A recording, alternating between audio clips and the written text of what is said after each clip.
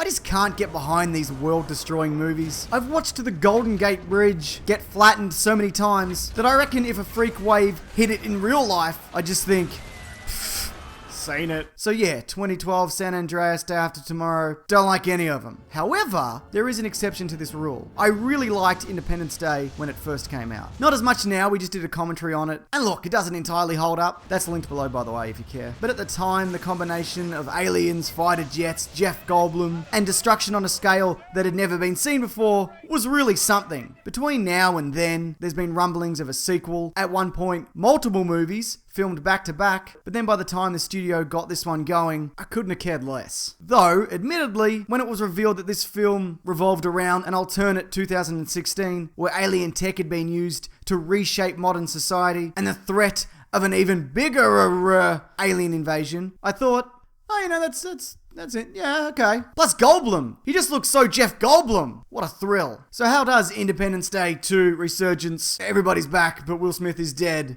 stack up? Yeah, look, it's totally fine. And by that I mean, if you've seen the trailers, it's exactly that. There's a few surprises up the film's sleeve, sure, but this is the kind of thing where, if to you it just looks like the kind of blockbuster that, it's a bit of fun, don't think about it too much, well then yeah, you're not going to be disappointed. One thing this movie does do well, the same way that The Force Awakens did, was expand on the universe, but at the same time, give us pretty much more of the same. Aliens, fighter jets, Jeff Goldblum, and destruction on the scale of what we have seen before, but at least it's regulated to about 4 or 5 minutes, which for someone like me, felt like a blessing. And look, honestly, I didn't think I'd care for the new cast, but in fact, they're quite engaging. Will Smith Light and Diet Thor, among others, stand out in their retrospective roles, and it's nice to see a lot of familiar faces from the first film reappear and not entirely feel shoehorned in. We also get some variation in terms of what an alien force is now capable of, and their impact on the universe in general, which amounted to some really interesting world building. On the flip side of that, if you're the kind of person who hates coincidences in movies and plot holes big enough to drive a school bus through, yeah, this might be a bit of a struggle logic-wise. Characters happen to run across each other